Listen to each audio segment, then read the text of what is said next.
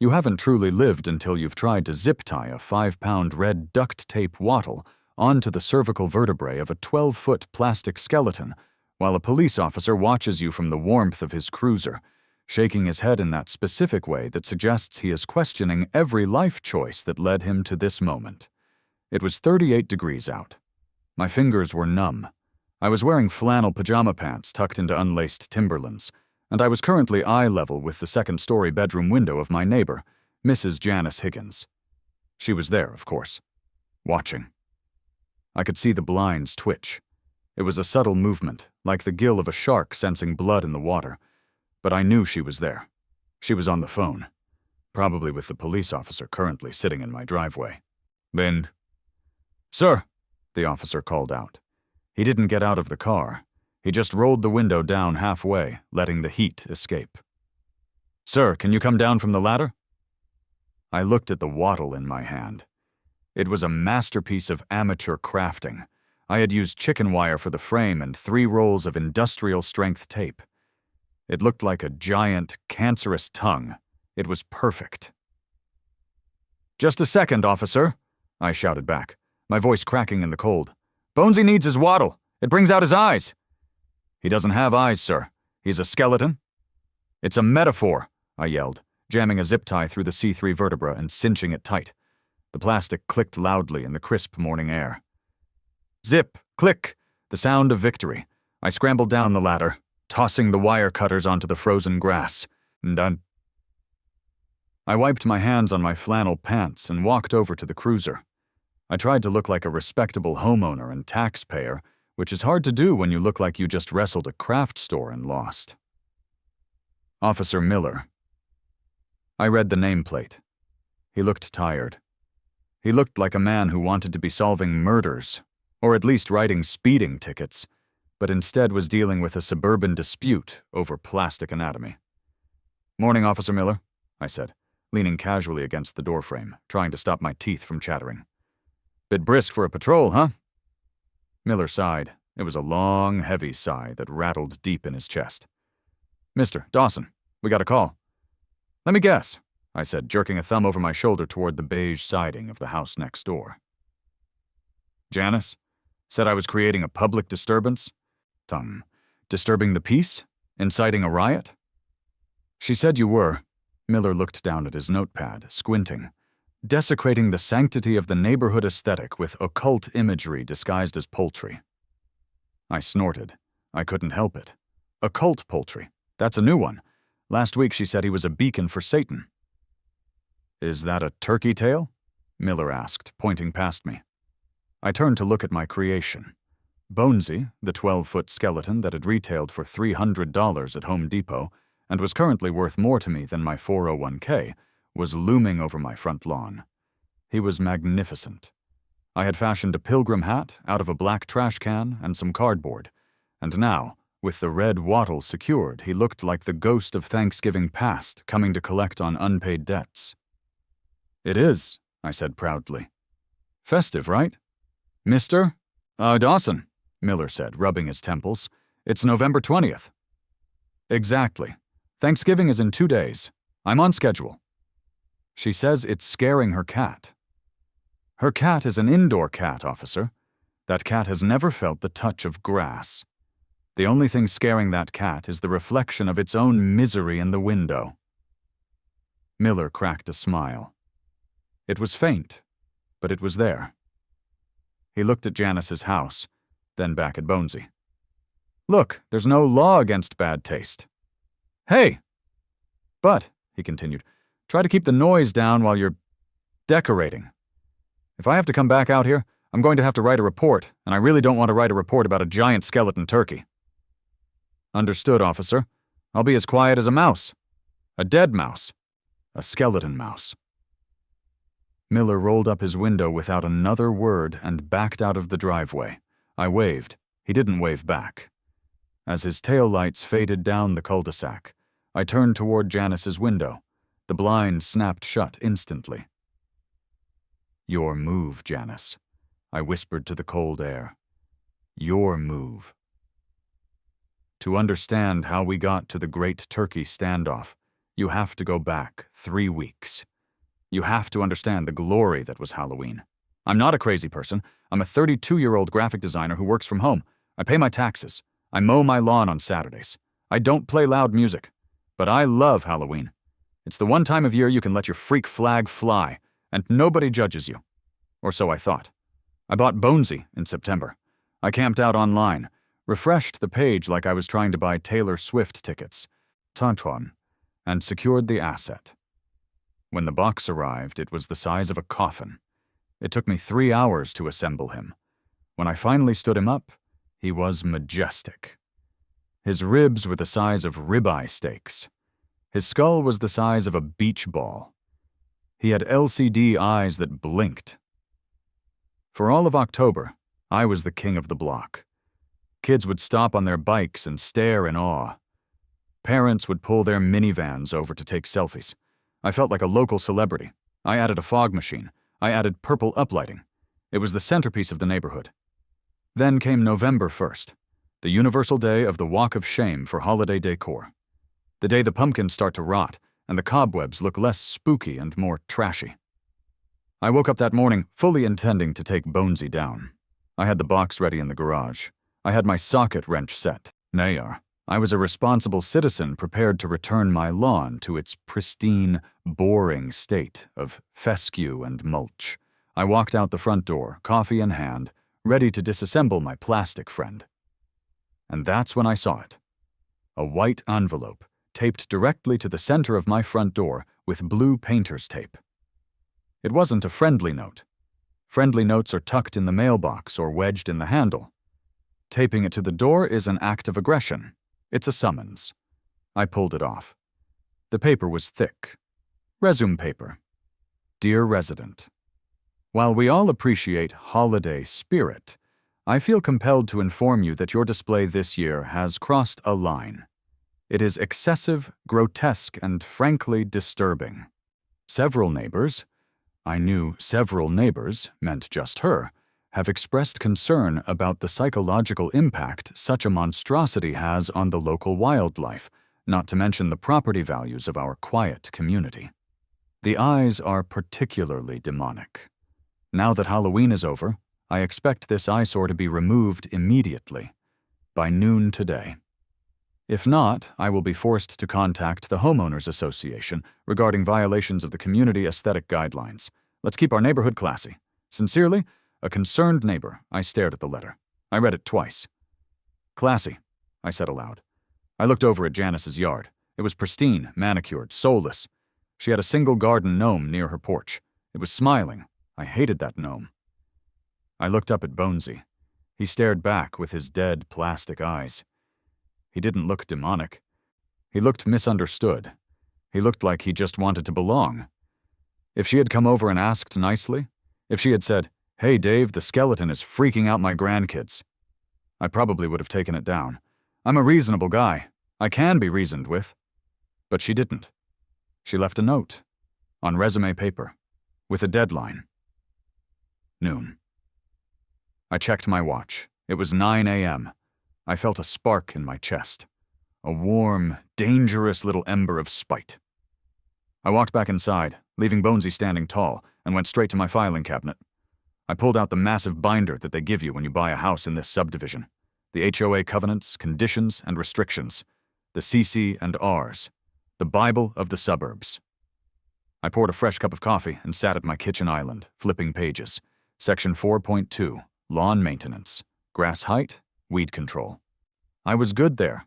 Section 5.1, Exterior paint colors. Beige, greige, taupe. Thrilling stuff. Section 7.3, Outbuildings and sheds. Section 8.0, Holiday decorations. Here we go. I ran my finger down the fine print. Residents are permitted to display festive decorations appropriate for current holidays. Decorations must be installed no earlier than 30 days prior to the holiday and removed no later than 14 days after the holiday. I read it again. Appropriate for current holidays. It did not define decorations. It did not specify materials. It did not say no 12-foot skeletons. It just said they had to be for the current holiday. I looked at the calendar. November 1st. Thanksgiving. November 24th. Technically, we were within the window. I smiled. It wasn't a nice smile. It was the smile of a man who was about to spend a stupid amount of money to prove a point. I walked outside. Janice was in her yard now, sweeping invisible dust off her driveway. She saw me. She stopped sweeping. She adjusted her cardigan, gripping the broom handle like a weapon. I walked right up to the property line. The invisible, demilitarized zone. "Morning, Janice," I said cheerfully. "Dave," she nodded. Her lips pursed so tight they practically disappeared. "Did you get my note?" "I did. Thank you so much for reaching out. Communication is key in a community, right?" She blinked, clearly expecting a fight or an apology. She got neither. "So, you're taking it down? It's past noon nearly." "Well, actually, Janice, I was just reading the HOA bylaws. Fascinating read." "Did you know we're allowed to have decorations up for upcoming holidays starting 30 days prior?" Her eyes narrowed. "Halloween is over, Dave." "I know, it's sad, isn't it? But you know what's not over? The spirit of gratitude. Thanksgiving is right around the corner." "What are you talking about?" "I realized you were right," I said, stepping back and gesturing grandly to Bonesy. "He was too scary. Too occult. He needs a rebrand. He needs to embrace the harvest." "Dave," she warned, her voice dropping an octave, "do not do this." "Do what? Celebrate our pilgrim forefathers? Janice, are you against American history?" "It is a skeleton," she hissed. "It is a symbol of death. Actually, beneath all our skin, we're all skeletons, Janice. He's just exposed. He's vulnerable, and frankly, I think he looks hungry." I turned on my heel and walked toward my garage. "Have a great day, Janice. I have some crafting to do." I could feel her gaze burning 2 holes into the back of my flannel shirt. I didn't care. I had work to do. The first step was structural integrity. If I was going to go to war, I needed to fortify my position. I called Big Tony. Big Tony isn't a mobster, but he looks like one. He's a general contractor who did my patio last year. He has hands the size of honey hams and drives a truck that sounds like it's gargling gravel. He arrived at 2 p.m. He walked onto the lawn, looked at Bonesy, looked at me, and then spat on the ground. "You want me to do what?" Tony asked. "I need him anchored," I explained. "The wind picks up in November. Plus, I have reason to believe there might be tamper attempts. I need you to pour concrete footings, locking brackets, the works." Tony squinted at the skeleton's plastic feet. "It's a toy, Dave. It's made of high-density polyethylene. You want me to pour concrete for a toy?" "I want you to pour concrete for a symbol of freedom, Tony. Can you do it or not?" Tony scratched his chin. "I mean, yeah, I can do it. I got some quick set in the truck. I can dig 2 post holes, sink some rebar, bolt the base plates down. He won't move unless a tornado hits him. But it's gonna cost you. Weekend rates." "Do it." "Why?" Tony asked, genuinely curious. "Why are you doing this? The lady next door?" He nodded toward Janice's house. Janice was currently peering through her blinds with binoculars. Actual binoculars. "She called him an eyesore, Tony. She left a note." Tony looked at Janice's house, then back at me. A slow grin spread across his face. "My ex-wife was like that. Hated my boat. Said it was trashy to keep it in the driveway." "What did you do?" "I bought a bigger boat."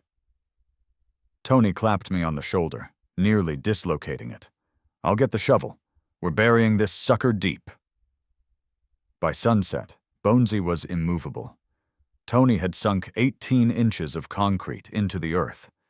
He bolted the metal base frame into the wet cement and then, for good measure, used industrial adhesive to fuse the plastic leg joints. "That skeleton is now a permanent structure," Tony said, wiping sweat from his forehead. "You'd need a bulldozer to get him out." "Perfect." I paid Tony in cash and a 6-pack of beer. He drove off, honking his horn. That night I went to work. I didn't have a giant pilgrim costume lying around, so I had to improvise. I went to the fabric store. Do you know how intimidating a fabric store is for a single man in his 30s? It's a labyrinth of floral prints and judgment. I bought 10 yards of black felt, 5 yards of white cotton, a hot glue gun. I spent the next 6 hours in my garage, manic. I was like Dr. Frankenstein, but instead of creating life, I was creating a size XXXL tunic. I cut, I glued, I cursed. I burned my thumb. I drank 3 energy drinks. By 3 a.m., the suit was done. It was crude, sure.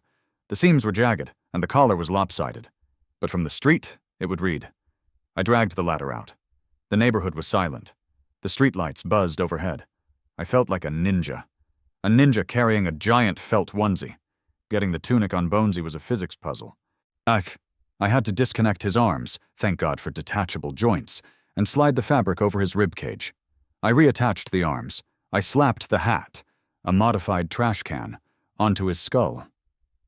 Then, the pièce de résistance, the cornucopia. I had bought a wicker laundry basket and spray-painted it brown. I filled it with plastic pumpkins, gourds, and oversized fake grapes I found in the clearance bin at a home decor store. I wired it to Bonesy's right hand. I stepped back. He looked ridiculous. He looked like a Puritan who had starved to death but refused to leave the party. I went to bed, exhausted but happy. The next morning, the letter from the HOA arrived via email.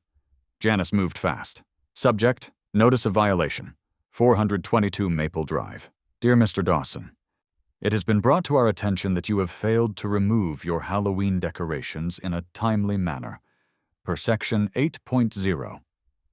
I hit reply immediately. Dear Board, please see attached photo. The decoration in question has been updated to reflect the upcoming federal holiday, Thanksgiving. Per Section 8.0, residents are permitted to display festive decor 30 days prior. Please advise if Pilgrim Bonesy violates any specific height or material restrictions not listed in the handbook. Happy Thanksgiving. Sincerely, Dave. I attached a picture I had just taken. The sun was rising behind Bonesy, casting a long, skeletal shadow across Janice's pristine lawn. I waited. 10 minutes later, I saw Janice storm out of her house. She was wearing a bathrobe and slippers. She marched to the property line. I walked out to meet her, coffee in hand. This is childish, Dave, she shrieked. It was the first time she had raised her voice. It's a mockery. It's festive, Janice. Look at the cornucopia. He's bountiful. He's a corpse, a giant looming corpse.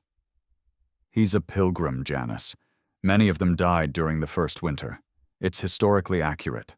I'm raising awareness. I'm calling the cops, she threatened, pointing a shaking finger at me. I'm telling them you're harassing me. Harassing you? By decorating my own lawn? You're doing this to spite me! I'm doing this because I have holiday spirit, Janice. Why do you hate America? She made a sound like a tea kettle boiling over, spun around, and marched back into her house. 20 minutes later, Officer Miller showed up. And that brings us back to the turkey waddle. Standing there in the cold, watching Miller drive away, I realized something. This wasn't just about a skeleton anymore. This was about control. Janice wanted to control the world. She wanted everything in its box. She wanted the suburbs to be a beige, silent vacuum where nothing unexpected ever happened. Bonesy was chaos. Bonesy was the unexpected. And I was his prophet. I went inside and warmed up my hands. I looked at the calendar. Thanksgiving was in 2 days. But after that, Christmas. I smiled wicked. Christmas was the big one, the Super Bowl of decorating. If she thought Pilgrim Bonesy was bad, she wasn't ready for what was coming. I needed lights. I needed sound. I needed a Santa suit that would terrify children and delight drunks. I picked up my phone and dialed the number for the electrician I had used for my kitchen remodel. Hey, Steve, it's Dave. Yeah, good. Listen, a weird question. How hard is it to wire a spotlight into the chest cavity of a 12-foot plastic skeleton? Uh-huh. And can we make it pulsate? Great. When can you come over? The war had begun, and I had a feeling it was going to be a long, cold winter. Thanksgiving morning broke cold and gray, the kind of sky that threatens snow but only delivers a wet, miserable drizzle. For most people, this is a day of cooking, football, and navigating the political minefield of extended family. For me, it was showtime. I woke up at 6 a.m., fueled by spite and premium roast coffee. I stood at my front window, looking out at the battlefield. Bonesy was holding his ground. The red duct tape wattle was glistening with morning dew, flapping wetly against his cervical spine in the breeze. The hat, my modified trash can, had listed slightly to the left, an icon, giving him a rakish, drunk uncle at the reception vibe. He was beautiful.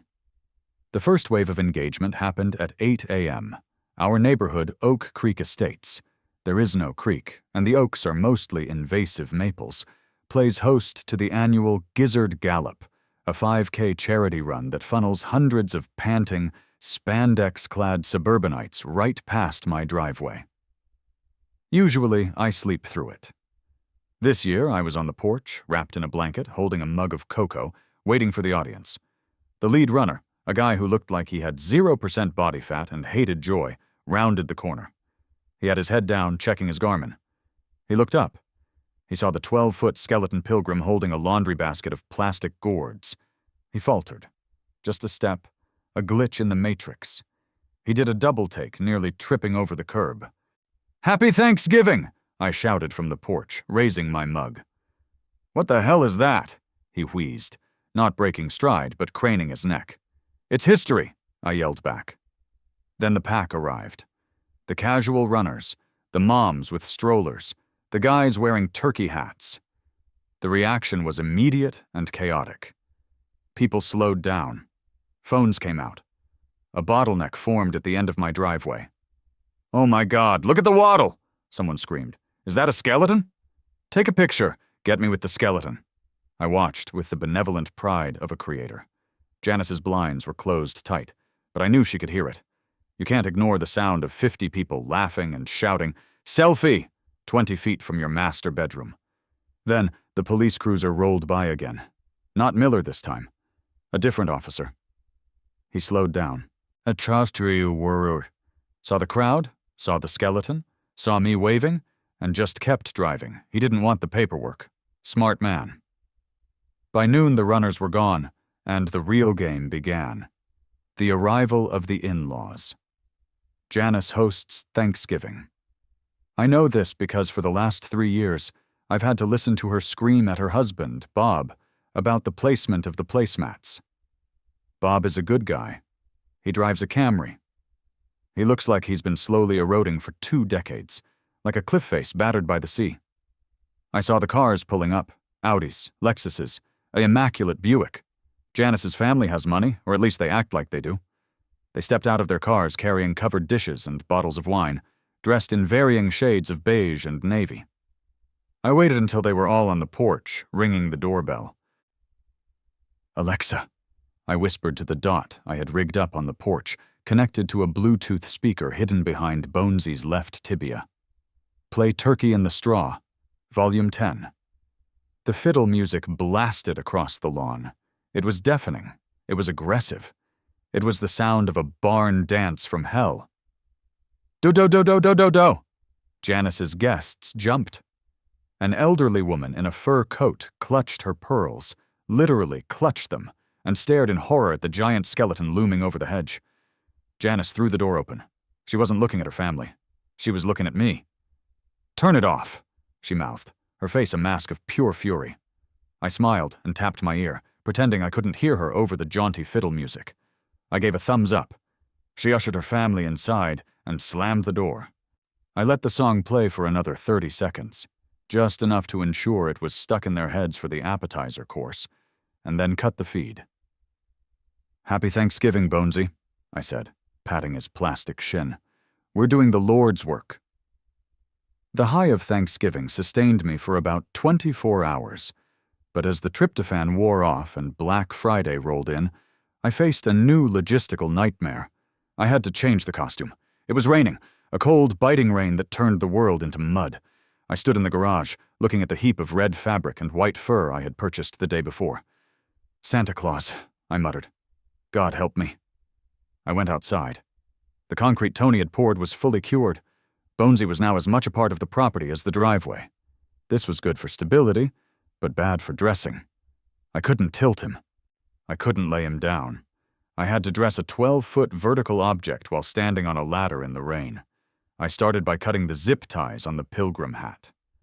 The wind caught the trash can lid and it frisbeed across the yard, landing directly in Janice's birdbath. "Strike one," I muttered. I retrieved the lid. Janice was fortunately at the mall, likely returning gifts she hated, and climbed back up. Taking the tunic off was harder than putting it on. The felt had soaked up the rain and weighed about 40 pounds. It was like wrestling a wet bear. I was halfway down the ladder, tugging on the hem, when my foot slipped. I didn't fall. I wish I had fallen. It would have been more dignified. Instead, I slid 3 rungs, flailing, and instinctively grabbed the only thing within reach, Bonesy's pelvis. The plastic was slippery. My hand slid off, but my watch band, a cheap metal link strap, caught on the jagged edge of the pelvic bone. I was left dangling, 1 foot on the ladder, 1 foot in the air, suspended by my wrist from the crotch of a giant skeleton. "Help," I whispered. I swung there for a moment, contemplating the headlines. "Local man dies in erotic asphyxiation. Accident with lawn ornament." I managed to unhook myself, scraping my forearm raw, and collapsed onto the muddy grass. I lay there for a long time, staring up at the gray sky, rain pattering on my face. Bonesy looked down at me, naked now except for his concrete shoes. He looked judgmental. "You think this is funny?" I asked him. "I'm doing this for you." I got up. I was wet, I was bleeding, I was cold, but I had a mission. At 2 p.m., Steve the electrician arrived. Steve is the opposite of Big Tony. Tony is chaos. Steve is precision. Steve wears a tool belt where every screwdriver is color-coded. He drives a van that smells like ozone and new carpet. He walked up the driveway, holding a clipboard. He looked at me, mud-stained, bleeding, holding a bundle of red velvet. And then he looked at the skeleton. "So," Steve said, clicking his pen, "this is the patient." "This is the patient," I agreed. "You mentioned internal illumination and a spotlight." "I want him to glow, Steve. I want him to be visible from space. I want the International Space Station to use him as a navigational beacon." Steve nodded, taking notes. "And the power source?" "I have an outdoor GFCI outlet on the porch, but I'm worried about the load. I'm planning on running about 3,000 LEDs, plus the spotlight, plus a sound system." Steve walked around Bonesy, tapping the plastic ribs with a voltmeter probe, which was unnecessary but looked professional. "We can do it, but we need to drill into the chassis. We need to run the conduit up the spine. It's going to be invasive." "Do what you have to do." "It's not going to be cheap, Dave. Hazardous working conditions. Height pay, plus..." He gestured to Janice's house. "Hazard pay for the neighbor." "She's at the mall." "Good, let's work fast." For the next 4 hours, my front lawn became a surgery center. Steve drilled holes in Bonesy's vertebrae. We fished 50 feet of extension cord up through the hollow legs. We zip-tied LED strips, the expensive kind that change color with an app, inside the rib cage and the skull. The sun went down. The rain stopped. The air got crisp. "Ready for the test fire?" Steve asked, standing by the outlet. I stood in the street. "Hit it." Steve flipped the switch. Wham! It was glorious. Bonesy didn't just light up, he radiated. The LEDs inside the ribs were set to a slow, pulsing red, like a beating heart. The skull was a piercing white. The spotlight at the base cast a shadow across Janice's house that stretched all the way to her second-story gutter. It's blinding," I said, shielding my eyes. "It's 4,000 lumens," Steve said, looking at his work with satisfaction. "I bypassed the dimmer. It's full power or nothing." "Perfect." Steve packed up his tools. "You know this is insane, right?" "Is it?" I asked, watching the red light pulse against the siding of my house. "Or is it art?" "It's insane," Steve confirmed. "That'll be $600. The weekend passed in a blur of sewing and rigging. By Sunday night, December 1st, Santa Claus was ready. I had draped the red velvet suit over him. It was trimmed with white faux fur that looked like it had been skinned from a polar bear. I gave him a beard made of cotton batting that hung down to his sternum. But the pièce de résistance was the bag. I had filled a black Xi'an contractor bag with pillows to give it bulk, but I let a few shapes poke out. A doll's leg here, a toy truck there. It was slung over his shoulder. I waited for darkness. Janice's car was in the driveway. Her lights were on. She was home. I went to my phone. I opened the lighting app. I opened the sound app. I stood on the porch. Showtime? I hit on. The light blasted on. The red heartbeat throbbed. Then the sound. I had downloaded a soundbite. It wasn't jingle bells. It was a deep, slowed-down voice, actually me, pitched down 2 octaves, saying, "Ho, ho, ho." The bass rattled my own windows. I waited. 1 minute, 2 minutes. The light in Janice's living room flicked off. Then the porch light flicked on. The front door opened. Janice stepped out. She was wearing a puffy coat. She walked to the edge of her porch, stared at the glowing, pulsating, baritone-voiced skeleton Santa for a full 10 seconds. She didn't scream. She didn't yell. She just took her phone out of her pocket, dialed a number, and held it to her ear, staring directly at me. I waved. She turned around and went back inside. 10 minutes later, the blue lights reflected off the wet pavement. It was Miller again, my favorite. I met him at the end of the driveway before he even got out of the car. I had a thermos of coffee ready. 2 cups. "Evening, officer," I said. Miller rolled down the window. He looked at the skeleton. He looked at the red, pulsing light. He listened to the H-O, ho, ho, that was currently vibrating the side mirror of his cruiser. "Dave," Miller said. "Officer?" "Turn the sound down." "Is it too loud?" I checked the decibel ordinance. It's under 85 decibels before 10 p.m. It's currently 7:15. Miller rubbed his eyes. "Dave, Mrs. Higgins called dispatch and said, and I quote, 'The skeleton is threatening me.'" "Threatening her? He's Santa. He's bringing joy." "She says the bag looks like a body bag." I looked back at the bag. "It's a sack of toys, Miller. Look, there's a truck. There's a doll leg." "The doll leg looks like a human leg from here, Dave." "It's perspective. It's art." Miller sighed. He opened the door and stepped out. He was a big guy, but next to Bonesy, he looked like a child. He walked up to the skeleton. He poked the cotton beard. He looked at the concrete footing. "You cemented it?" "Safety first." Miller shook his head. He looked over at Janice's house. She was in the window again. "Okay," Miller said. "Here's the deal. You turn the volume down by 50%.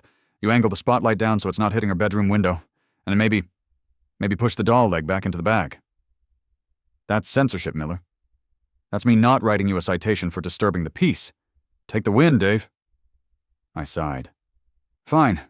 50% volume. Spotlight adjustment. A doll leg retracted." "Good man." Miller started walking back to his car, then stopped. He pulled out his personal phone. "Hey, stand next to it?" "Really?" "My kid loves this stuff. He didn't believe me about the turkey."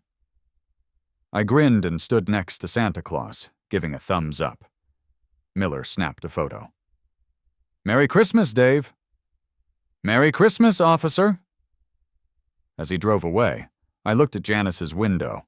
She was still there. I could see the silhouette. I adjusted the volume on my phone. Down. I adjusted the spotlight. Down.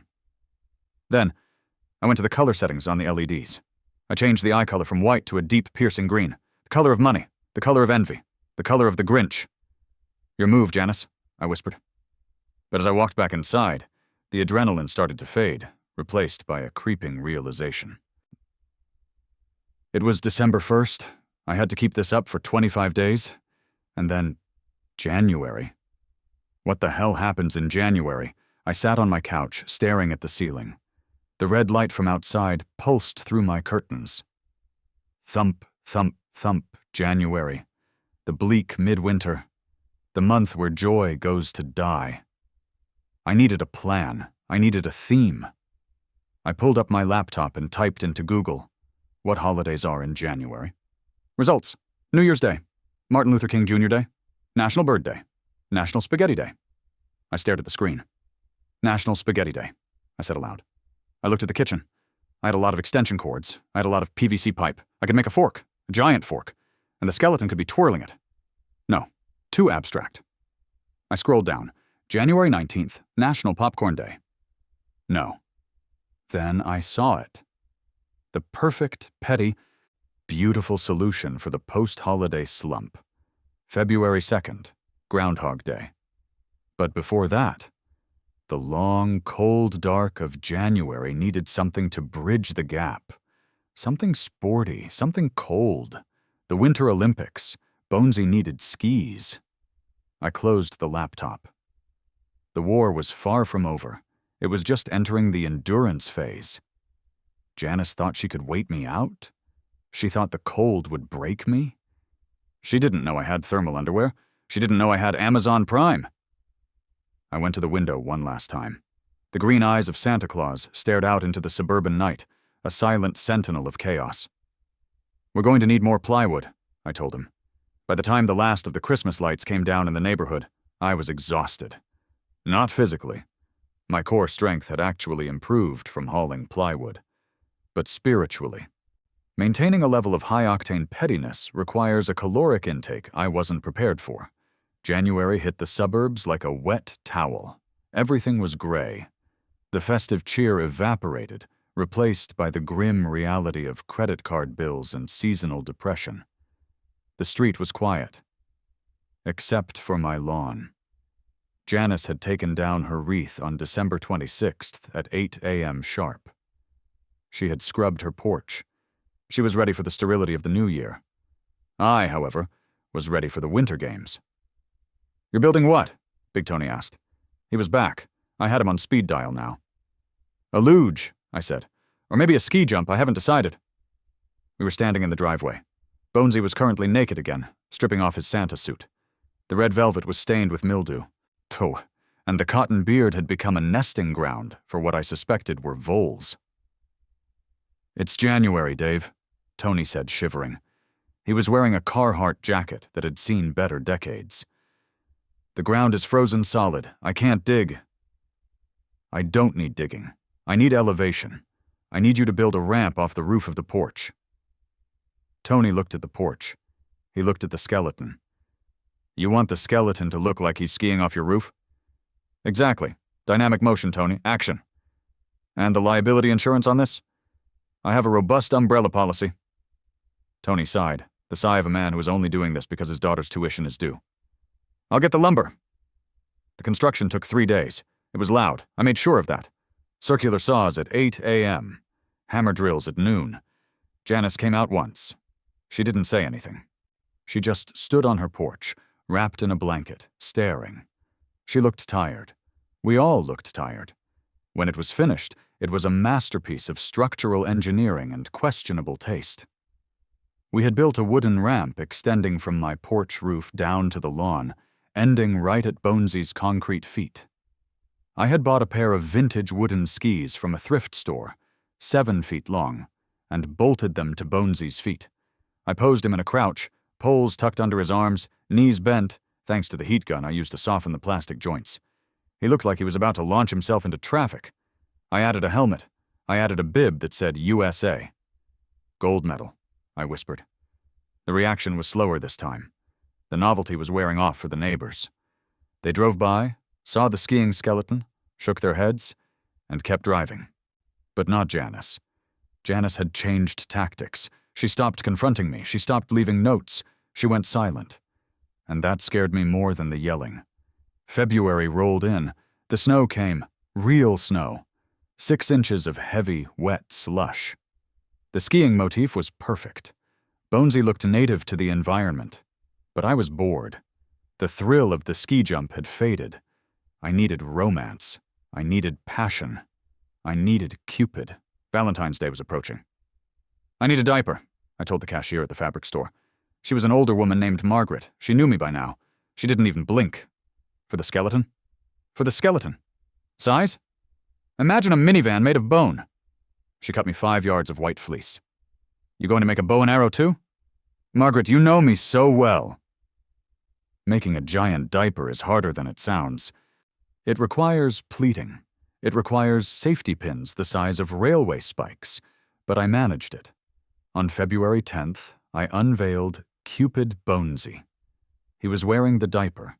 He had giant cardboard wings spray-painted gold.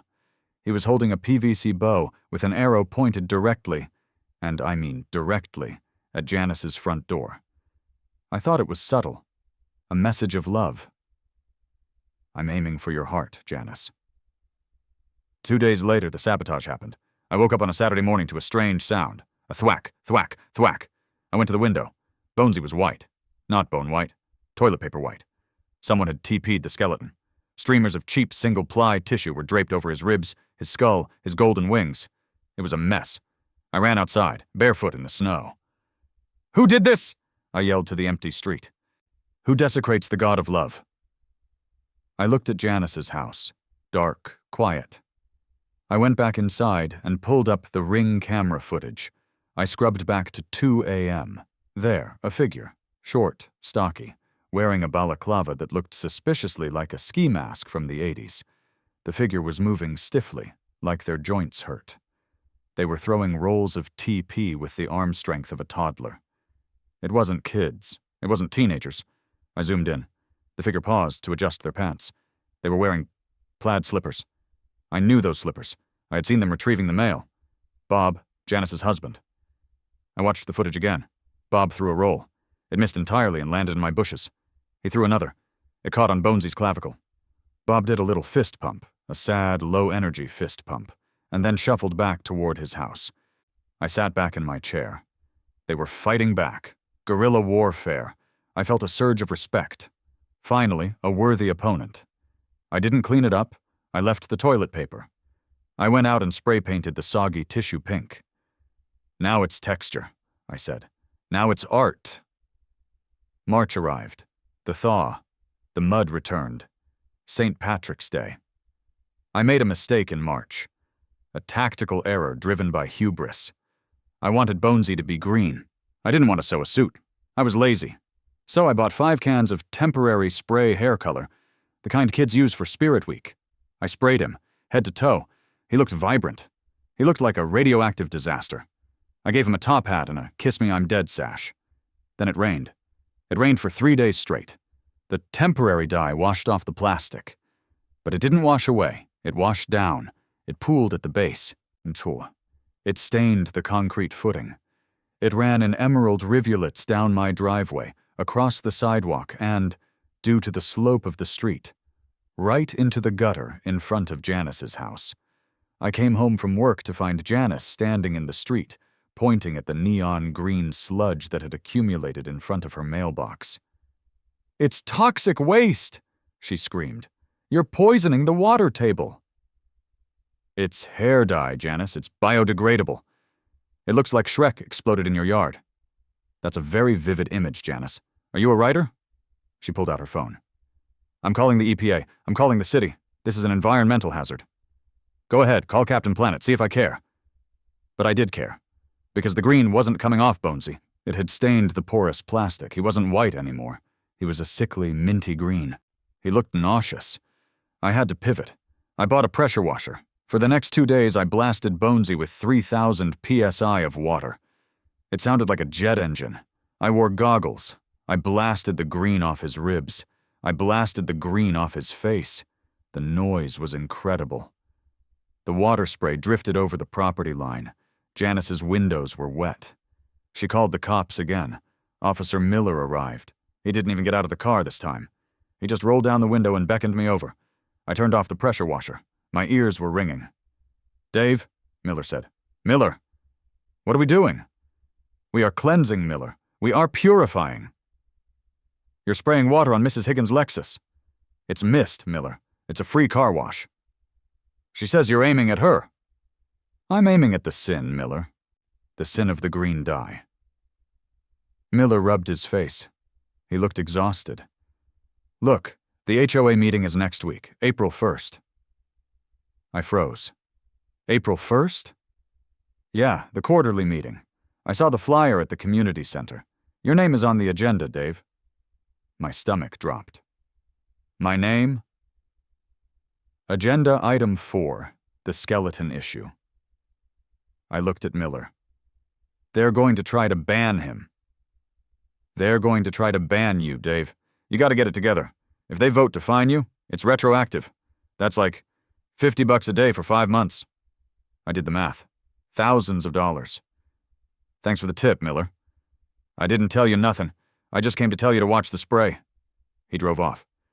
I stood there, water dripping from the pressure washer nozzle. April 1st, April Fool's Day. The irony was palpable. I looked at Bonesy. He was mostly white again, but his joints were still stained green. He looked battle-hardened. They want a war? I said to him. They want to legislate you out of existence? I dropped the wand. Fine, let's give them a show. I spent the next week preparing for the meeting. I treated it like a legal defense. I printed out the bylaws. I highlighted passages. I made charts. But I also needed a distraction. I needed to keep the pressure on. Easter was coming. Easter is a soft holiday. Pastels, bunnies, eggs. I decided to go hard. I built giant bunny ears, 6 feet tall, pink and white fur. I wired them to Bonesy's skull. I bought a basket the size of a hot tub. I filled it with those giant plastic eggs they sell for lawn decor. But the kicker was the face. I painted whiskers on Bonesy's skull with black electrical tape.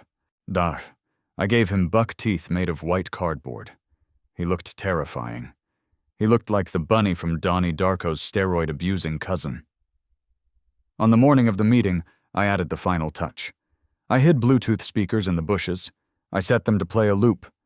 Not music, just ambient nature sounds. Birds chirping, but amplified. Loud. Tweet, tweet, chirp. It was psychological warfare. It was designed to be annoying but uncomplainable. What, Janice? You hate birds? You hate the sound of nature? I put on my best suit, the one I wear to weddings and funerals. I grabbed my binder. Let's go, I said to the empty house. I walked to the community center. It was 3 blocks away. I saw neighbors walking too. They were whispering. They were looking at me. I felt like a gladiator entering the Coliseum. I walked into the meeting room. It was packed.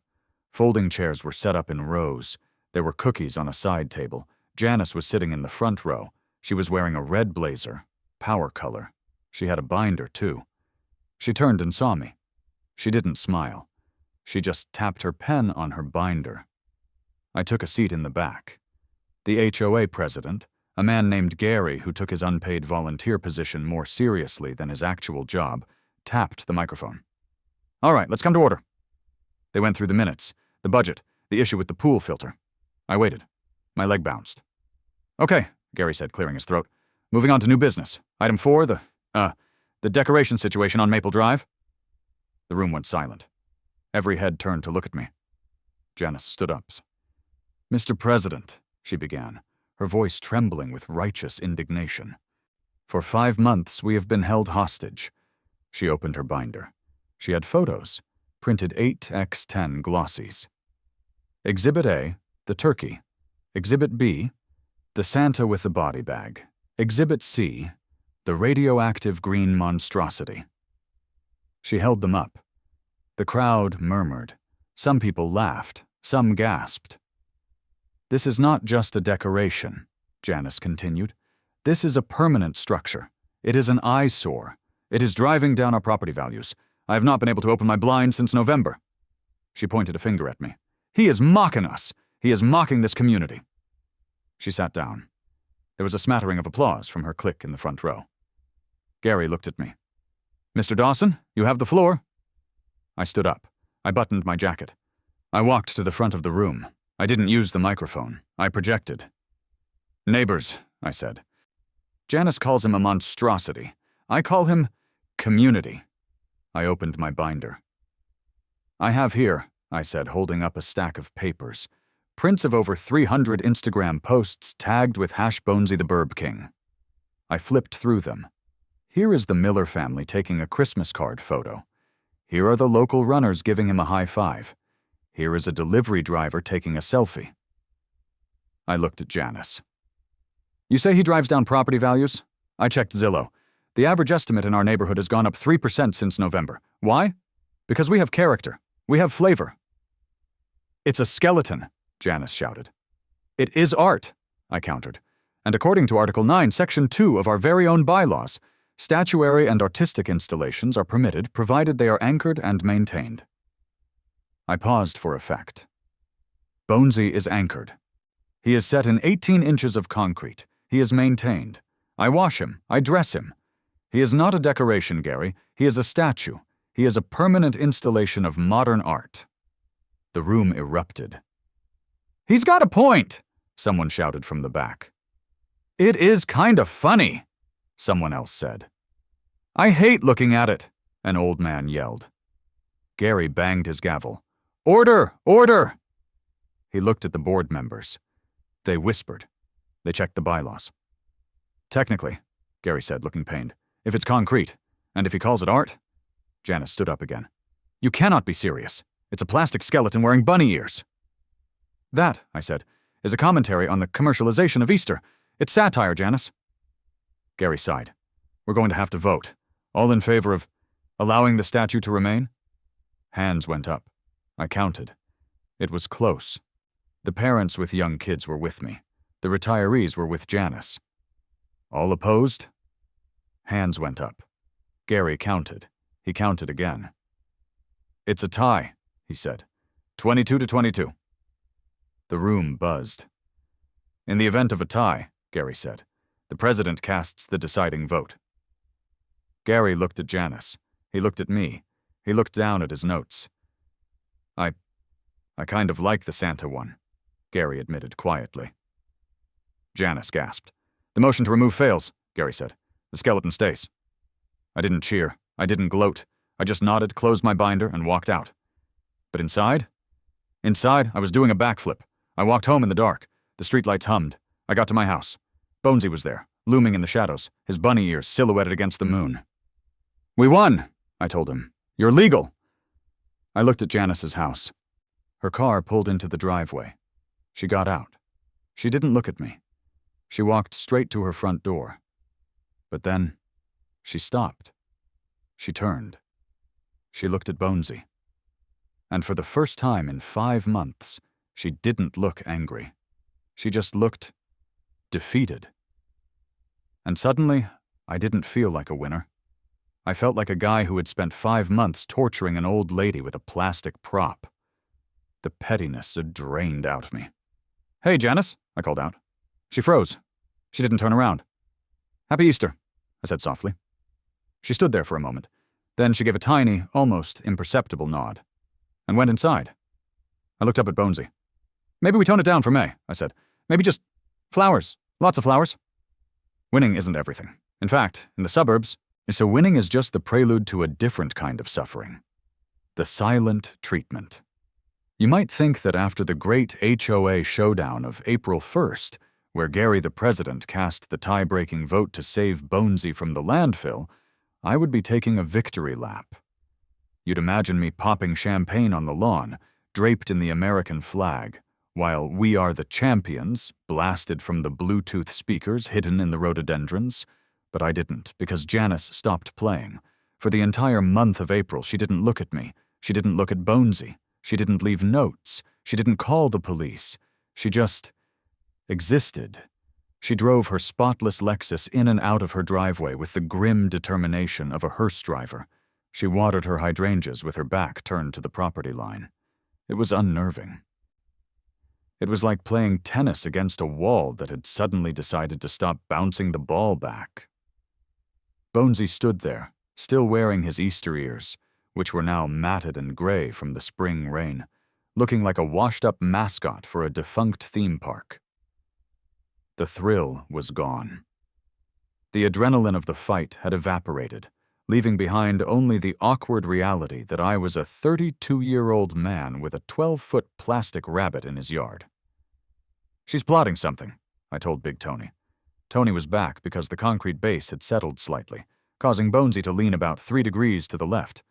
It wasn't dangerous, but it made him look inquisitive, like he was constantly leaning in to hear a secret. "She's not plotting," Tony grunted, jamming a shim under the base plate. "She's defeated. You broke her spirit, Dave. You crushed the rebellion." "I don't like it. It's too quiet." "Take the win," Tony said, standing up and wiping grease on his jeans. "And take those ears down. It's almost May. He looks ridiculous." "He always looks ridiculous, Tony. That's the point."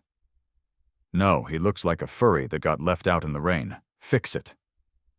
Tony was right. It was time for a seasonal refresh.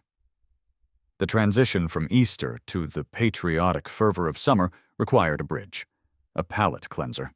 Cinco de Mayo. I hesitated. Cultural appropriation is a minefield, and I didn't want to get canceled by the neighborhood Facebook group. But then I remembered that Janice's favorite restaurant was Don Pablo's at the mall, where she undoubtedly ordered the fajitas and complained about the spice level. I decided to go respectful but loud. I bought a sombrero. Not a cheap party store sombrero, but a genuine 3-foot-wide straw sombrero from a specialty importer online. It smelled like hay and authenticity. I bought a serape blanket. On May 5th, Bonesy was transformed. I ditched the maracas idea, too cliché, and instead gave him an acoustic guitar. A real one. I found a cracked Fender acoustic at a pawn shop for $40. I wired it to his hands with fishing line, so it looked like he was strumming. It was tasteful. It was musical. I set the speakers to play classic mariachi music. Softly, respectfully. I waited for the reaction. Nothing. Janice came out to get her mail. She saw the 12-foot skeleton mariachi. She saw the guitar. She heard the trumpet solo drifting on the breeze. She didn't flinch. She grabbed her Pottery Barn catalog and walked back inside. "Come on!" I yelled at her closed door. "Give me something, hate it, love it. Acknowledge the guitar." The silence was deafening. Mother's Day was the turning point. Or at least I thought it would be. I had a crisis of conscience. I remembered the look on Janice's face after the meeting. The defeat. I realized that maybe, just maybe, I was the villain in her story. I was the chaos agent disrupting her carefully curated golden years. So I decided to extend an olive branch, a 12-foot olive branch. I spent 3 days making a sash. It was pink satin, trimmed with lace. I used iron-on letters to spell out, "World's #1 Mom." I draped it over Bonesy. I filled his hand, the one that had previously held a turkey waddle and a body bag, with a bouquet of giant plastic sunflowers. And then I did the unthinkable. I made a sign, a nice sign. I staked it into the ground at Bonesy's feet, facing her driveway. "Happy Mother's Day, Janice," from the neighborhood watch. It was sincere, mostly. Sunday morning arrived. The brunch crowd. The street was lined with cars as sons and daughters arrived to pay tribute to the matriarchs of the cul-de-sac. Janice's kids arrived. I saw her daughter, a woman who looked exactly like Janice but with better hair, get out of an SUV. She saw the skeleton. She saw the sash. She saw the sign. She stopped. She laughed. A genuine belly laugh. She pulled out her phone and took a picture. Then Janice came out. She saw the sign. She read her name. She looked at me. I was standing on my porch, holding a coffee, offering a tentative wave. "See?" I mouthed. "We can be friends." Janice stared at the sign. Her lip quivered. For a second, I thought she might smile. I thought the ice was finally melting. Then, she turned to her daughter and said, loud enough for me to hear, "He's mocking my role as a mother. He knows Bob and I are having problems." My jaw dropped. Bob? Problems? I looked at Bob, who was shuffling behind them carrying a potted orchid. He looked miserable. He looked like a man who wished he was a skeleton. "I'm not mocking you," I shouted, abandoning all pretense of cool. "It's a tribute. It's a nice sash." "Ignore him," Janice said, her voice like liquid nitrogen. "He's a sad, lonely man who plays with dolls." She ushered her family inside. Plays with dolls. That stung. It stung because it was technically true. I sat on my porch steps, defeated. The mariachi music felt inappropriate now, so I turned it off. Bonesy stood there, clutching his sunflowers, looking like a rejected suitor. "And we tried, buddy," I said. "We tried." May turned into June. The heat arrived early. This wasn't just summer heat. This was global warming, asphalt melting, air conditioner straining heat. The humidity in the mid-Atlantic is no joke. It turns the air into soup, and it turns high-density polyethylene into taffy. I noticed it on a Tuesday. I was coming home from a client meeting, sweating through my dress shirt. I pulled into the driveway and looked at Bonesy. He looked tired. His head was drooping forward. His chin was resting on his sternum. His arms, usually held high in a gesture of triumph or menace, were sagging at the elbows. "Heat fatigue," I muttered. I walked up to him and touched his tibia. The plastic was hot to the touch. Soft. Pliable. Oh no. Gravity was winning. The steel rebar Tony had put in the legs was holding the base steady, but the upper body, the hollow plastic torso, was losing its structural integrity. By Thursday, it was a crisis. Bonesy was leaning dangerously forward. He looked like he was examining the grass for clover. If he leaned any further, he was going to snap at the waist and face-plant into the driveway. I couldn't let Janice see this. If she saw him failing, she would win. She would see that chaos is unsustainable, that entropy comes for us all. I called Tony. "Tony, we have a medical emergency." "Is it the skeleton again?" Tony asked. He sounded like he was eating a sandwich. "He's melting, Tony. He's got osteoporosis of the plastic. I need an spinal fusion, stat. I'm on a job in Jersey. Can't make it until Saturday." "Saturday? He'll be a puddle by Saturday." "He's currently bowing to the mailman." "Prop him up with a 2x4, Dave. I'll be there Saturday." I hung up. A 2x4. How undignified. I went into the garage. I needed a splint. I needed an exoskeleton for the skeleton. I found a 10-foot length of PVC pipe. I painted it black. I wedged it under Bonesy's chin and staked it into the ground. It looked terrible. It looked like he was on crutches. That evening, I saw Janice. She was watering her lawn. She sprayed the water near the property line. She looked at Bonesy, propped up by his stick. She smiled. It was the first time I'd seen her smile in months. It was a shark's smile. Cold. Predatory. "Hot out," she called. I froze. She was speaking to me. "Very hot," I replied, wary. "Plastic doesn't do well in the heat," she observed, spraying her petunias. "Gets soft. Loses its shape." "He's just relaxing," I lied. "It's a casual pose, summer vibes." "He looks like he's dying," she said cheerfully. Again.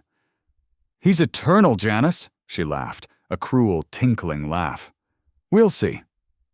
The race against the sun began. I spent the next 2 days in a panic. I bought umbrellas. I set up a misting fan aimed at his torso. I looked like a lunatic, cooling a plastic statue while my own lawn turned brown. Big Tony arrived on Saturday morning like the cavalry. He brought his welder. "We're going invasive," Tony said. "We got to open him up." We performed surgery right there on the lawn. Tony cut a hatch in Bonesy's back. We inserted a steel spine, a literal steel rod, welded to the base plate and running all the way up to the skull. We bolted the ribs to the steel. "Titanium reinforced," Tony grunted. Sparks flying as he welded. He could take a direct hit from a mortar round now. We sealed the hatch with epoxy. We painted over the scar. When we removed the PVC crutch, Bonesy stood tall. Straighter than ever, rigid, defiant. "That'll be 800, Tony said. "Hazard pay. It's 100 degrees out here." "Worth it." I waited for Janice to come out. When she finally did, expecting to see a pile of melted plastic, she found Bonesy standing at attention, chest out, chin up. I saw the confusion on her face. She looked at the ground, looking for the crutch. Gone. She looked at me. I was sitting in a lawn chair, sipping iced tea. "Good calcium intake?" I called out. She scowled and went inside, but the heat was just the warm-up. The real challenge of June was boredom. There are no holidays in June, not really. Flag Day, Father's Day. Father's Day was tricky.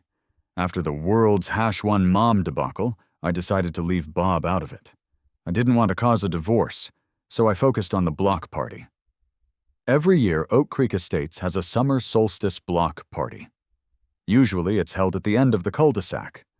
Grills, coolers, kids running around with sparklers. This year, the HOA committee, of which Janice was the treasurer, obviously, sent out the flyer. Location, the cul-de-sac. Time, 4 p.m. to 8 p.m. Note, please keep sidewalks clear of obstructions. Obstructions. I knew what that meant. They were going to set up the buffet tables right in front of my house. They were going to try to block the view of Bonesy with potato salad and coolers. I couldn't let that happen.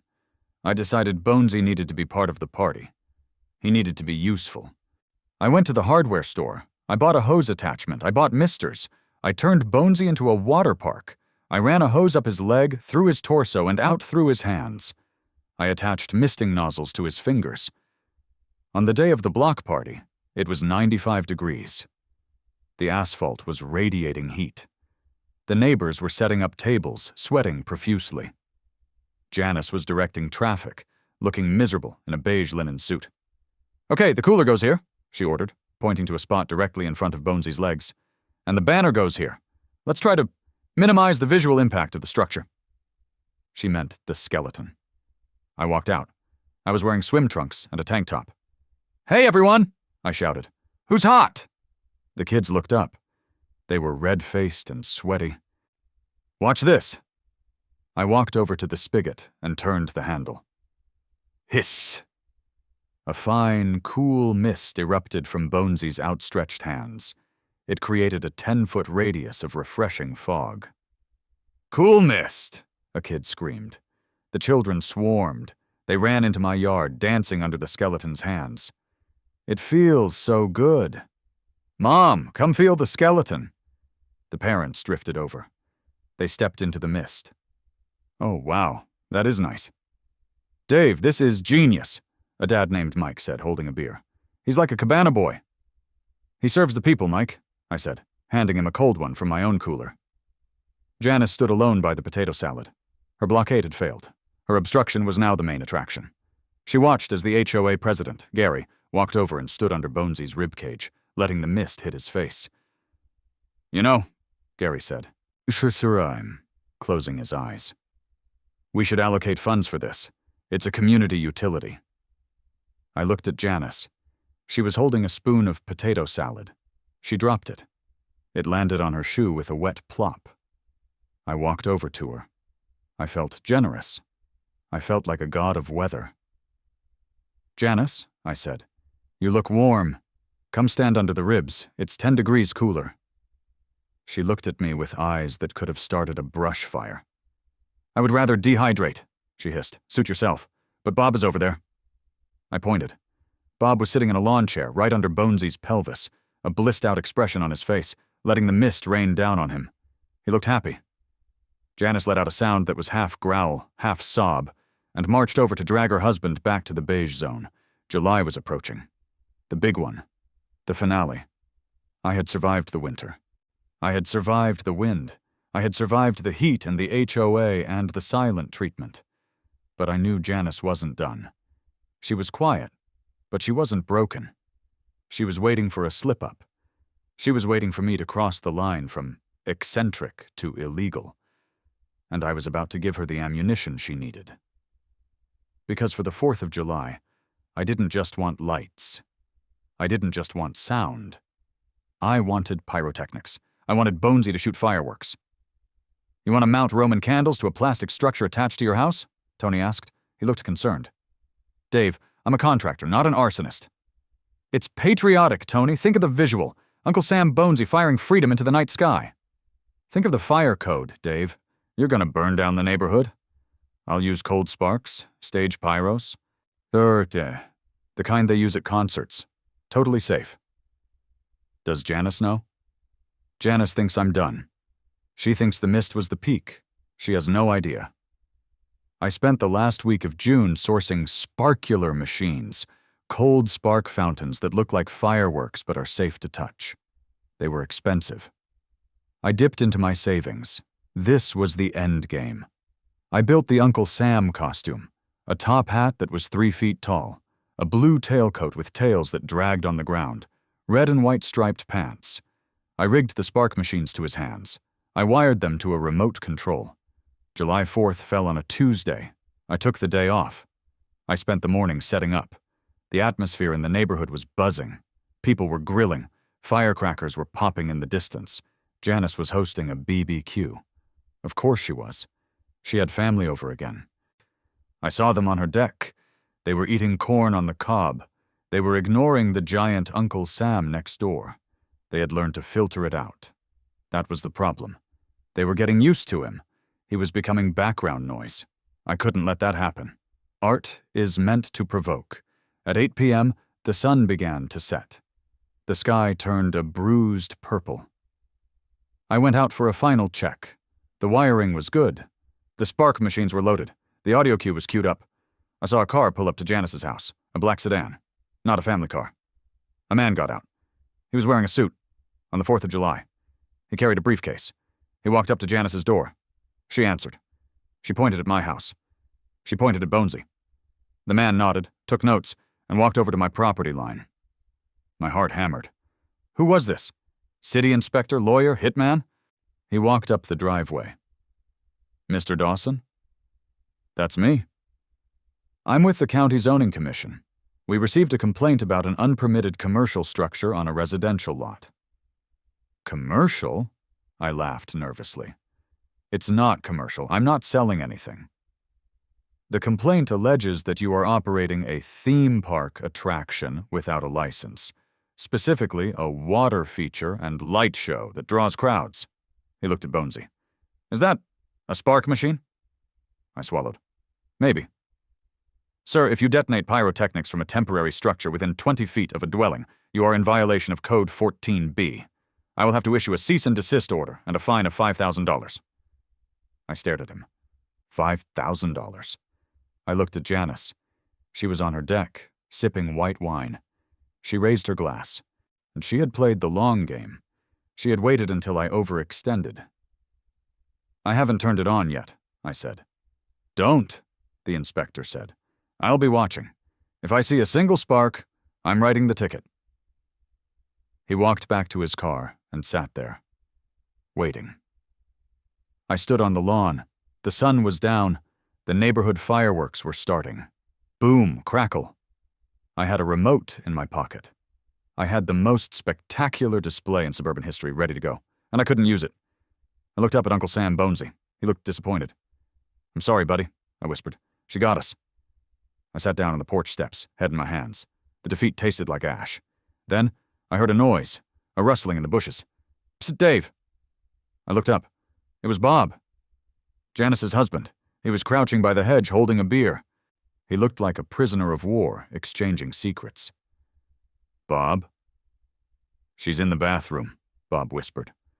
Listen, the inspector, that's her cousin, Phil. He works for the zoning board in Ohio. He has no jurisdiction here. My eyes widened. What? It's a bluff, Dave. She flew him in. It's a psych out. You're kidding. She hates the skeleton, Bob said, taking a sip of beer. But I kind of like him. He makes me feel like anything's possible, even in this neighborhood. He looked at me. Light it up, Dave. Bob, if I do this, she'll kill you. She's already killing me slowly with kale salads and silence, Dave. Let me see the sparks. Bob slipped back through the hedge. I stood up. I looked at the black sedan. Cousin Phil, huh? I looked at Janice, who had returned to the deck. She looked smug. She thought she had won. I pulled the remote out of my pocket.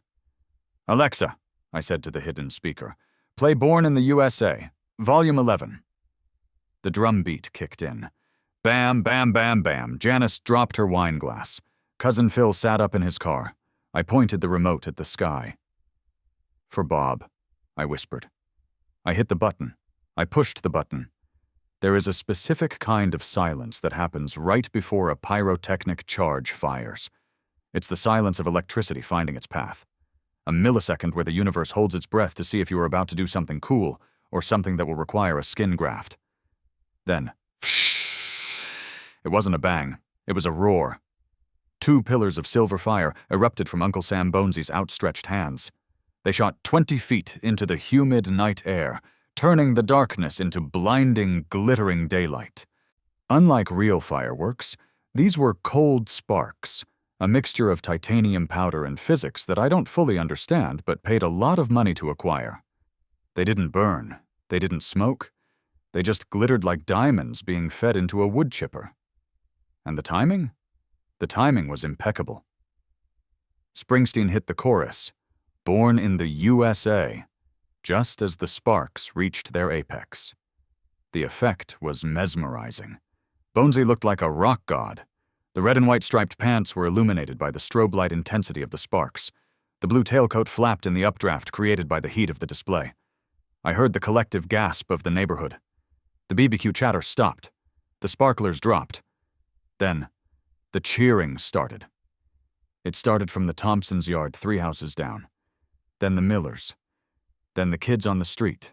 It was a roar of approval that rivaled the music. Yeah, go Bonesy! I stood on my porch, remote in hand, feeling like the conductor of a symphony of chaos. I looked at the black sedan. Cousin Phil was scrambling. He had rolled down his window to yell at me, but the sudden eruption of light had clearly terrified him. He was fumbling with his seatbelt, his eyes wide, reflecting the silver sparks. I walked down the driveway. I didn't run. I sauntered. The sparks were still firing, a 60-second burn time. I had plenty of time. I reached the driver's side window of the sedan just as Phil managed to get his car into gear. "Evening, Phil," I shouted over the music. He froze. He looked at me, then at the skeleton spewing fire, then back at me. I'm calling the police. This is a Class B hazard." I leaned in, resting my arm on his roof. "You know, Phil, I was just chatting with Bob. Nice guy, Bob. He mentioned you're visiting from Ohio." Phil's face went pale. Paler than the sparks. "I didn't know Ohio zoning laws applied in Pennsylvania, Phil. That's a fascinating legal precedent. Is that new? Is that a Supreme Court thing?" Phil's mouth opened and closed like a fish out of water. He looked up at Janice's deck. Janice was gone. She had fled the scene the moment the first spark flew. She knew. She knew I knew. I have advisory jurisdiction, Phil stammered. "Phil," I said, my voice dropping to a menacing calm, "if you don't drive that rental car out of my cul-de-sac in the next 10 seconds, I'm going to call Officer Miller. And unlike you, Miller actually has a badge that works in this zip code. And he hates paperwork." Phil didn't wait for the countdown. He slammed on the gas. The sedan peeled out, tires screeching, doing a shameful 3-point turn in the middle of the street before rocketing away into the night. I turned back to the house, just as the sparks began to fade. They died down, leaving Bonesy standing tall in the sudden darkness, the afterimage searing my retinas. The music faded out. Silence returned to the street. Then, Bob stood up from behind the hedge. He raised his beer can high in the air. "God bless America," Bob said. And for the first time in history, the entire neighborhood applauded. The victory over Cousin Phil was absolute, but the war wasn't over. It had just entered a new, more dangerous phase: bureaucracy. Phil had been a bluff, but the fire department was real. They showed up 20 minutes later. Not because of a fire, but because 3 different neighbors, not Janice, surprisingly, but the terrified elderly couple 2 streets over, had called in reporting an explosion at the power plant. A massive fire truck, the kind with the ladder that extends to the moon, rolled up my street. Its lights were flashing, painting Bonesy in strobing red and white. I was ready. I had the spec sheet for the sparkular machines printed out. I had the receipt. I had a fire extinguisher sitting prominently on the porch. The fire marshal was a woman named Captain Halloway. She looked like she could bench press my car. She walked up the driveway, helmet under her arm, looking at the skeleton. "You the homeowner?" she asked. "Yes, ma'am." "You the one shooting fireworks off a plastic doll?" "They're cold sparks, Captain. Granules of titanium alloy heated to—" "I know what they are," she interrupted, walking around Bonesy. She inspected the rigging. She checked the wires. She looked at the fire extinguisher. She turned to me. "You have a permit for a public display?" "It's a private residence, Captain." "You have more than 50 people watching," she said, gesturing to the street. The crowd hadn't dispersed. They were watching this interaction like it was the encore. "That classifies as a public gathering." My heart sank. This was it. The fine. The confiscation. Captain Halloway looked at the crowd. She looked at the kids with their faces pressed against the safety rail of the truck. She looked at Bonesy's Uncle Sam hat. "Is that a trash can?" she asked. "It is, modified." She cracked a smile. "My guys at the station have a bet going. They said it was a 55-gallon drum. I said it was a Rubbermaid." "Rubbermaid via Home Depot," I confirmed. "I win $20. She put her helmet back on. "Look, don't do it again without a permit. And next time, tell dispatch first so we don't roll the heavy rescue unit for a lawn ornament." "Yes, ma'am. Absolutely." "Nice wiring, by the way. Very clean." She climbed back into the truck. The siren whooped once, a short, friendly blast, and they drove off. I looked at Janice's house. The blinds were shut tight. Not even a twitch. She was completely, totally beaten. And that's when the sadness hit. August is the Sunday of summer. It's hot, sticky, and full of the impending dread of autumn. The adrenaline of the 4th had worn off. Janice had gone into total radio silence. I didn't see her. I didn't see Bob. Their house looked abandoned, except for the landscapers who came every Tuesday to cut the grass to military precision. Bonesy stood in the yard, still wearing his Uncle Sam outfit. But the glamour was gone. The red stripes on his pants were fading in the UV index. The blue coat was full of pollen. I felt like a retired general sitting on a porch, looking at a battlefield where no one wanted to fight anymore. "What do we do now?" I asked Tony. Tony was back to perform a routine inspection on the steel spine. He was tightening a bolt on the L3 vertebra. "You enjoy the piece," Tony said. "You won. The enemy has retreated." "It's boring, Tony. It's so boring. I miss the notes. I miss the police visits. I miss the feeling of purpose." "Get a hobby," Tony suggested. "Build a deck." "I can give you a quote."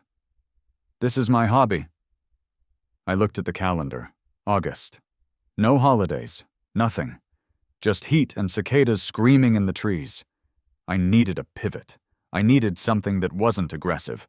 Something that proved I wasn't just a chaos agent, but a pillar of the community. "Back to school," I said. Tony stopped ratcheting. "You're gonna dress him like a school kid?" "I'm gonna dress him like a scholar." I spent the next week sourcing the props. I found a giant backpack, actually a trekking rucksack meant for Everest expeditions. I filled it with empty boxes to give it shape. I made a giant pencil out of a pool noodle and yellow duct tape. It was 6 feet long. I dressed Bonesy in a polo shirt, size XL, and khaki shorts. I gave him a propeller beanie. It was cute. It was wholesome. On August 20th, the first day of school, I unveiled Scholar Bonesy. He stood at the bus stop, which, conveniently, is right at the corner of my lot. At 7 a.m., the kids started gathering. They were sleepy, grumpy, and dreading the new year. Then they saw the skeleton. "Look at his pencil!" a first grader shouted. "He's got a propeller hat." The mood shifted. The kids started laughing. They took pictures. The bus driver pulled up, opened the door, saw the skeleton, and actually got out to take a selfie before loading the kids. I stood on the porch, coffee in hand, watching. It was a nice moment. Pure, uncomplicated. Then, the door to Janice's house opened. My stomach tightened. Was this it? The return of the Queen? Janice stepped out. She was wearing her bathrobe. She walked down her driveway to pick up the paper. She looked at the bus stop. She looked at the kids laughing around the skeleton. She paused. She didn't storm over. She didn't scowl. She just sighed. A long, weary sigh that I could hear from 30 feet away. And then she walked back inside. It was worse than anger. It was indifference. "She doesn't care anymore," I told the skeleton later that night. "We've become irrelevant." I realized then that a feud is a relationship. It takes two people to hold the rope. If one person lets go, the other one just falls on their ass. I had fallen on my ass.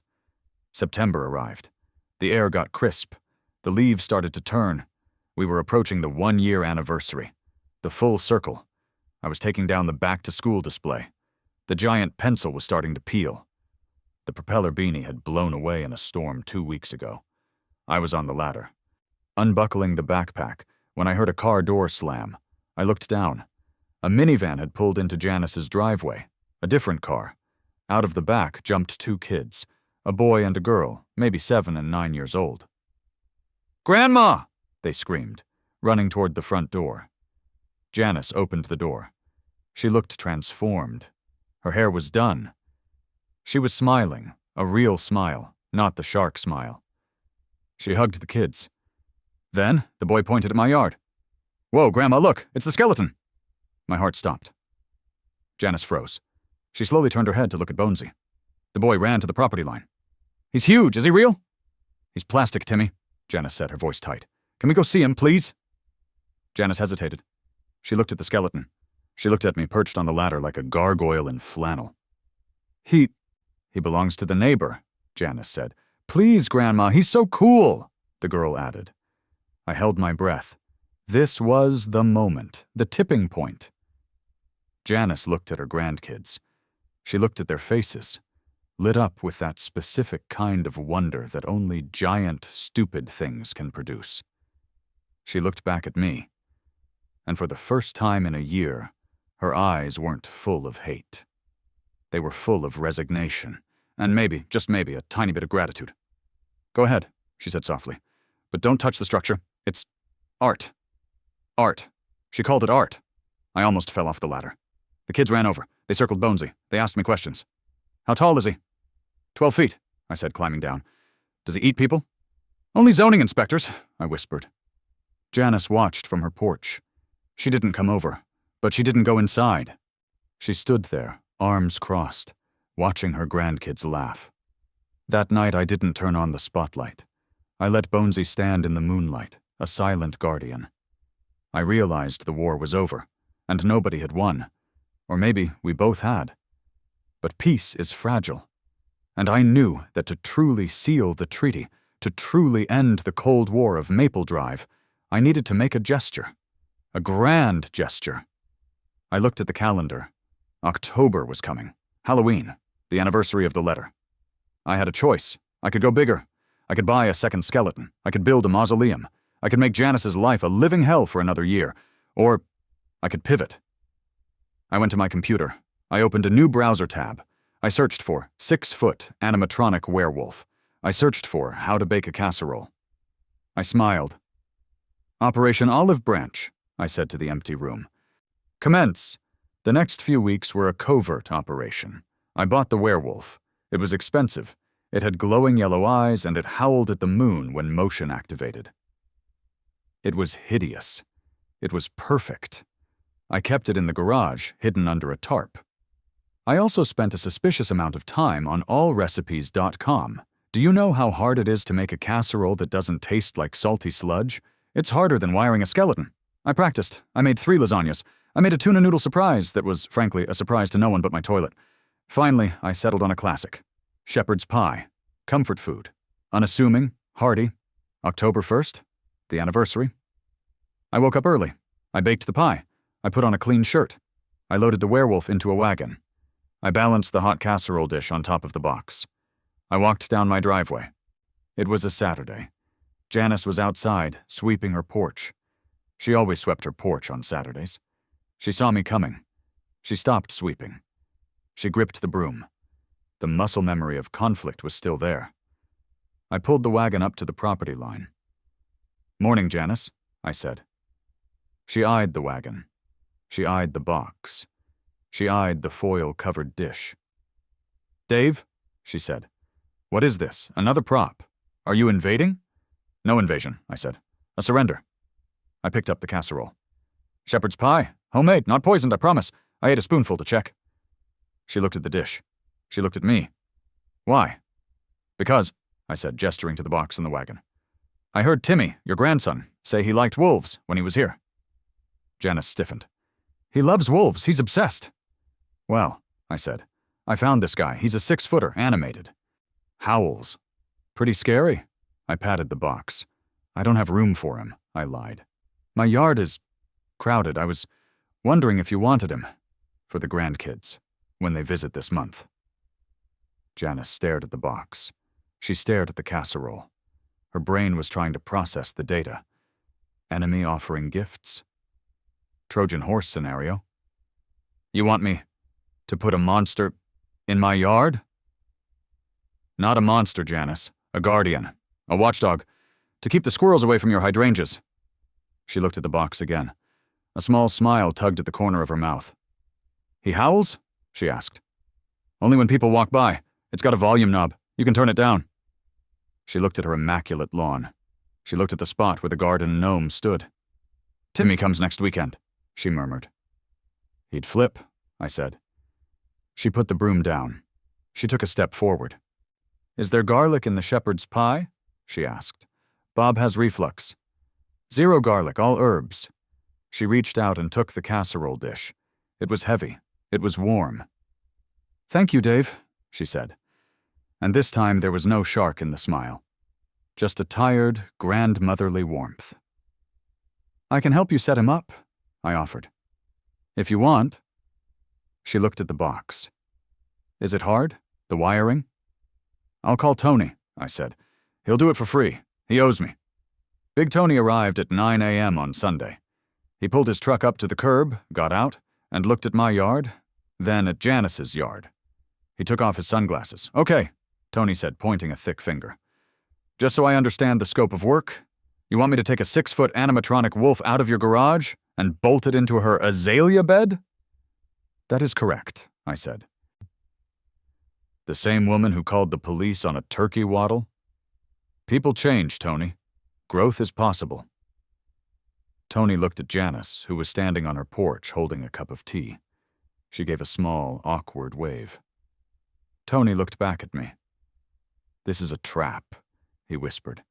She's gonna sue me for emotional distress caused by a werewolf. It's a gift, Tony, just get the drill. The installation of Wolfie, Janice named him, not me, was the most surreal hour of my life. Usually when I install a prop, it involves me swearing at instructions in the dark. This time it was a committee meeting. Janice stood over us, pointing at the soil. Not there, she directed. That's a bulbs area. Tulips come up there in April. Move him to the left, near the boxwood. He needs clearance for the arm swing, Janice, I explained, holding the werewolf's furry arm. If we put him too close to the boxwood, he's going to punch your shrubbery every time he howls. Well, I don't want him punching the shrubbery. Can we angle him? We can angle him, Tony grunted, sweating as he dug a post hole in Janice's pristine mulch. We can angle him toward the street. Maximum scare factor. Not too scary, Janice cautioned.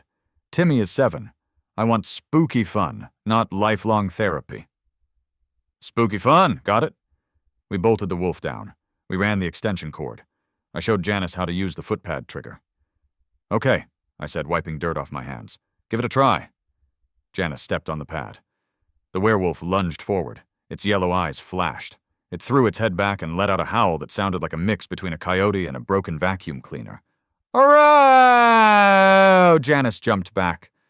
She put a hand to her chest. Then she giggled.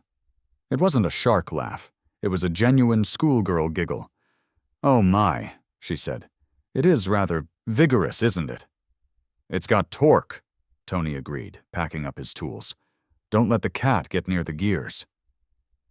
Bob came out of the house. He looked at the wolf. He looked at Janice. He looked at me. Is that ours? Bob asked. It's for the grandkids, Bob, Janice said, straightening her cardigan. It's festive. Bob smiled. It was the smile of a man who had just seen a prison wall collapse. It's beautiful, he said. I'm going to name him Phil, after your cousin. I snorted. Janice actually smirked. The truce was sealed. Halloween night was the test. Usually Janice turns her porch light off.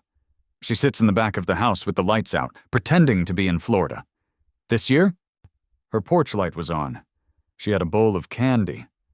Not the good stuff. It was those weird strawberry candies wrapped in plastic that looked like they were manufactured in 1952, but it was candy. I sat on my porch, handing out full-sized Snickers, because I have a reputation to uphold. Bonesy was wearing his classic spooky look. Black cloak, scythe, fog machine. But the real action was next door. Timmy and his sister were there, dressed as Spider-Man and Elsa. They were manning the werewolf. Every time a trick-or-treater walked up the driveway, Timmy would stomp on the footpad. "Arrow!" The trick-or-treaters screamed. Then they laughed. "Did you see the wolf?" a kid yelled, running over to my yard. "Mrs. Higgins has a werewolf." "I saw," I said, handing him a Snickers. "Pretty cool, huh?" "She's cool," the kid said. I looked over at Janice. She was sitting in a lawn chair wrapped in a blanket, watching Timmy scare the living daylights out of a toddler dressed as a pumpkin. She caught my eye. She raised her bowl of strawberry candies in a toast. I raised my Snickers. We had done it. We had gentrified the Halloween spirit. But if you think the story ends with a werewolf, you don't understand the nature of suburban escalation. You don't understand that once you open the door to lawn maximalism, you can't close it. November passed quietly. We respected the turkey. Bonesy wore his pilgrim hat. Wolfie was put back in the box. Timmy cried, but Janice promised he'd be back. Then came December. I was in my driveway, untangling a ball of lights that was mathematically impossible to untangle, when Janice walked over. She was holding a clipboard.